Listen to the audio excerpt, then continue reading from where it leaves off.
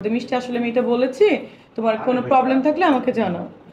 তুমি এত বড় পাওয়ারফুল কেউ হয়ে যাও নাই যে তোমাকে কেউ কিছু করতে পারবে না। আমাকে এসে সরি বললে আমি যে শুনবো এরকমও কিন্তু না। এটা মিউচুয়াল আসতে হবে। আমি দেখা গেল নাও শুনতে পারি। উনি আসলে মনে করে নিজের অনেক চালাক মনে করে, কিন্তু উনি বোকা টাইপের একটা শয়তান লোক। সে তো আমাদের মান্না ভাইয়ের ওয়াইফের কাছেও মাফ চাইলো একবার।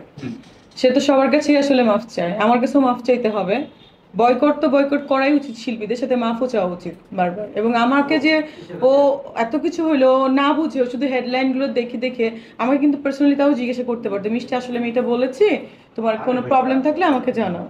বাট ও এটা না বলে ও কি করলো, আবার আমাকে নিয়ে ভয়েস পাঠালো যে কুকুরের কাজ কুকুর করেছে, এগুলো সেগুলো কামড় দিয়েছে। তো এইগুলো আমার, ওর কি আমার কুকুর মনে হয়?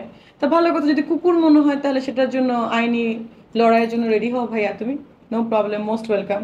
তুমি এত বড় পাওয়ারফুল কেউ হয়ে যাও নাই যে তোমাকে কেউ কিছু করতে পারবে না। তুমি যদি অন্যায় করে থাকো, আইন কারোর ঊর্ধ্বে না। আইন যত পাওয়ারফুল বলেন, পাওয়ারলেস বলেন, সবার জন্য সমান। আমি যদি অন্যায় করে থাকি আমার বিচার হবে, সে অন্যায় করে থাকলে তার বিচার হবে। ব্যাপারটা ওখানে। জয়কে নিয়ে আমাদের আর আমাকে এসে সরি বললে আমি যে শুনবো এরকমও কিন্তু না।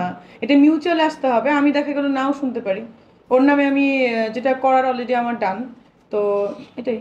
আপু, আপনার কি মনে হয় যে উনি যে এক একটা মানুষকে ডেকে নিয়ে তার স্টুডিওতে নিয়ে অপমান করছে, অপমানমূলক প্রশ্ন করছে, তারপরও যে এত কিছু হবার পরও তার বিরুদ্ধে কেউ কোনো পদক্ষেপ নিচ্ছে না, তার আসলে পাওয়ার উৎসটা কোথায়? কেন সেই কাজটা করতে পারছে আপনার মনে হয়? দেখেন, কিছু কিছু মানুষের আসলে পাওয়ার লাগে না। কিছু কিছু মানুষ হচ্ছে মাথায় এতটাই বুদ্ধি কম থাকে, এতটাই ইলিটারেট থাকে, এতটাই মানে এটাকে বলা হয় আসলে বোকা শয়তান। কিছু মানুষ আছে না, উনি আসলে মনে করে নিজের অনেক চালাক মনে করে, কিন্তু উনি বোকা টাইপের একটা শয়তান লোক। এটা তো সত্য কথা।